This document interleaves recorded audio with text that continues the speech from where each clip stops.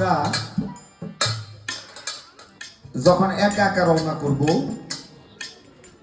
দুনিয়ার মায়া জাল ছোট, দুনিয়ার মায়া জাল এই আসতে হুমেন, দুনিয়ার মায়া জাল কি বাজান?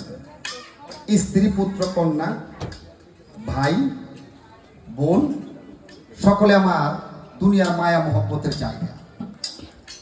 এর মধ্যে সন্তান পিতা মাতাকে ভালোবাসে স্বার্থে, ভাই ভালোবাসে বড় ভাইকে তার সম্পদের ভাগিদার হওয়ার জন্য, বোন ভালোবাসে ভাইয়ের সম্পদের ভাগিদার হওয়ার জন্য, ঘরের স্ত্রী পরিবার ভালোবাসে মৃত্যুর পরে ব্যাংকে কত টাকা রেখে গেল, কয়টা গাড়ি, কয়টা বাড়ি, কতগুলো সম্পদ রেখে গেল, ভালোবাসে। সবাই তার তার স্বার্থ নেশি পৃথিবী আমাকে ভালোবাসে। কিন্তু এই পৃথিবীতে যারা স্বার্থ দেখে তার সে নিঃস্বার্থ একজন ভালোবাসে, সে কে? সে হলো আমার আপনার জনম দুঃখিনী মা। যে মা আমাকে 10 মাস 10 দিন গর্ভে ধরেছে, যে মা নিজে না খেয়ে আমাকে খাওয়াইছে,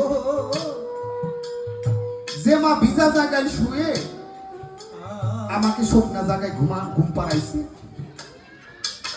যে মা আমাকে তার বুকের মধ্যে করে লালন পালন করেছে, মাটিতে রাখে নাই,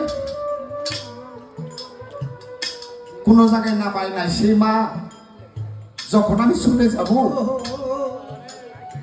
সবাই যখন আমার স্বার্থ দেখবে, এই মা জননী আমার কোনো স্বার্থ দেখে নাই,